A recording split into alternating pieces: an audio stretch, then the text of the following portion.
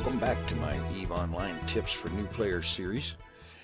And let's see, just as a little bit of an update, it has been a week since I've done anything with this character. I've been a little busy in real life and haven't had the opportunity. However, if I bring up the character sheet and I open the training queue, you can see here that even though I haven't been playing, I've been busy with some things. I've been doing a lot of training on the skills that I had as of the last time you saw me. One thing I did was I bought the social skill on the EvE market and put that in there and trained it up to 5. And the reason for that, if we get the information about it and go up here, skill at social interaction. 5% bonus per level to NPC agent, corporation, and faction standing increases. That means that the standing increases that I get from completing missions will be 5% better per level. Since I have that at level 5, that means a 25% bonus for the standings increases. This is good because standings are important. It's a rating. From plus 10, I believe, down to minus 10 of how you stand with a particular corporation or agent or faction. And this can affect a number of things later on. Like, for example, if your standing is below minus 2, I believe this is when, say for example, if your Caldari standing was below minus 2, your standing with the Caldari faction was below minus 2, then when you entered Caldari space, they would not be very happy with you. They would, the police and sentry guns and whatnot would at the very least be threatening to shoot at you, and below minus 3 or minus 4 you would be shoot on sight, and so on. And by increasing your standings, you get to where they like you better, and you can see that over here. Look in standings on your character sheet, and like for example, I have a 0.06 standing with the Amar Empire, which is technically good because it's above 0, and the Caldari State 0.13, which is also good. I am disliked by the Blood Raider Covenant, Sanchez Nation, Galente Federation, the Thucker Tribe. It's Thukker, Thucker Tribe, not that other word. And a negative standing with Or, and a negative standing with the Minmatar Republic.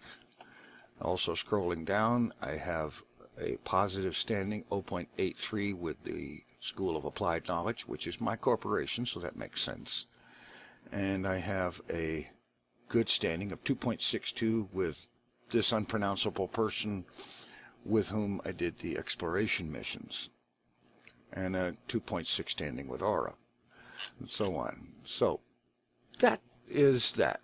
Now, while I've got this open, skill points now are at 473,226.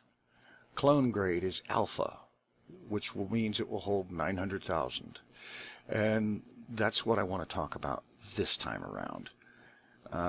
As I go through the remainder of these tutorial missions, I will record little clips here and there talking about various topics, and then I will package those into 10-minute or less videos, just to get it all put together here. But the clone grade, this is important. The clone grade, the grade of clone you get, clone grade Alpha holds 900,000 skill points, which means if I die and I have 900,000 or less skill points, then I will not lose progress or lose skill points on any of the skills that I've already trained. If I die and I've got more than 900,000 skill points, then I will lose some skill points, some progress. I'm not 100% certain on this. I think it's 5% on skills that go beyond, skill points that go beyond 900,000. But there is an answer to that. You come over here, Station Services. Any station that has a medical bay, a clone bay, click that, and I can either change the station that clone is housed in by going to another station that has this service and hit Change Station. I can arrange so that when I wake up in my clone after having my pod killed, that I would appear in that station. And I can also come over here and hit Upgrade Clone. Now there is a number of additional clone grades. Like Beta will hold 1,380,000 skill points, but it will cost me 28,000 ISK. And that would be fine. I could upgrade, say I could upgrade to that clone grade Beta, pay the 28,000 ISK, and then if I died, I would be able to hold my skill points, but I would immediately have to get the clone grade upgraded again, because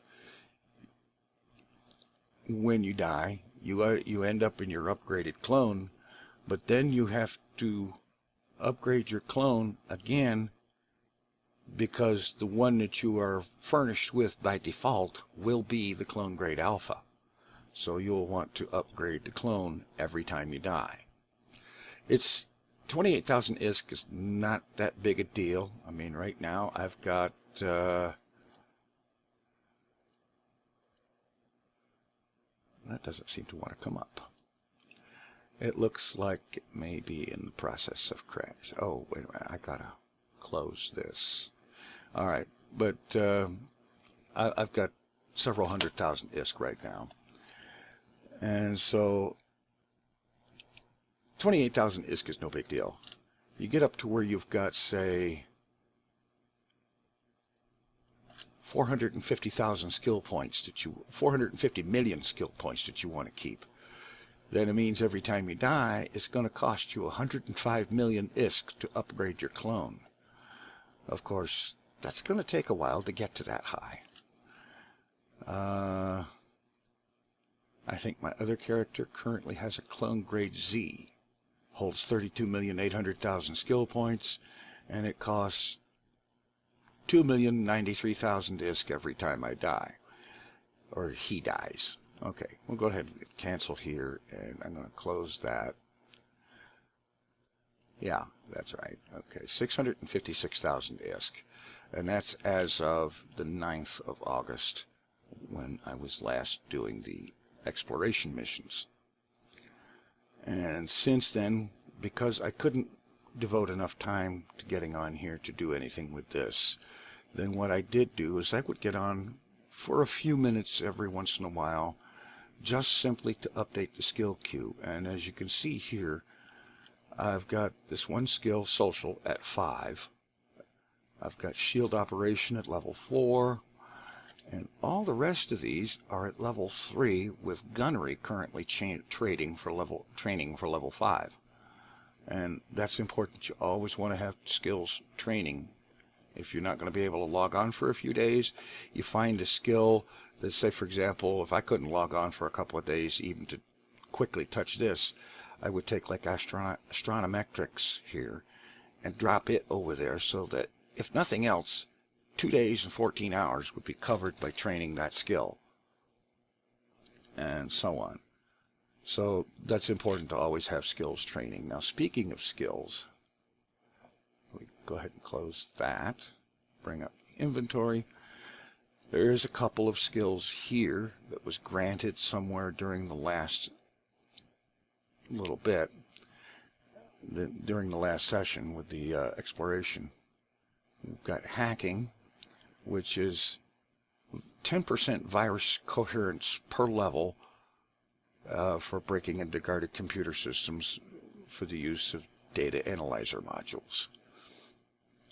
And the requirements, I have to have, in order to train that skill, I have to have electronics upgrades level 3, which would take 8 hours and 53 minutes to train. Now if I go ahead and click the information on that, electronics upgrades, and then click market details down here at the bottom, I can see that right here in the station, it's being sold for $99,999.98 ISK. So I'm going to go ahead and right click and buy this because I can get it right in station. Just one, buy. Now I close that and that. And electronic upgrades now appears in my inventory. So I can go ahead here. Let's move this and we'll move that. I'm going to take electronics upgrades. First, I'm going to make sure it is okay. I meet the requirements for it. So I'm going to take this and put it up here at the top of the queue, training that to level 1. And now hit apply. Here's electronics upgrades, and I'm going to go ahead and put level 2 right in there in the middle.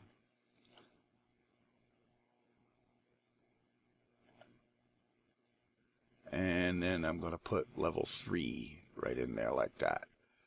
Okay. And then once that reaches up to that point, I'll be able to put this hacking skill in. And now, of course, there is the archaeology skill. It's just the same thing, only for relic analyzers. And I meet all the requirements for that. So I'm going to go ahead and drop that up on top. And then I'm going to put level 2 and level 3 of that skill in there like so. And now my next day and a half or so of skill training is taken care of. I'm going to hit apply and close that up, and then I'll get to the hacking skill when the other one is up high enough to be able to do it. Alright, at this point I am going to go ahead and proceed through the remainder of the career agent missions. As I said, I will be stopping to record little bits here and there, and then I will try to assemble those into videos of around 10 minutes or less, and so on, to continue the series. And now I am going on with the career industry tutorial. Thanks for watching. Take it easy. I'm out of here.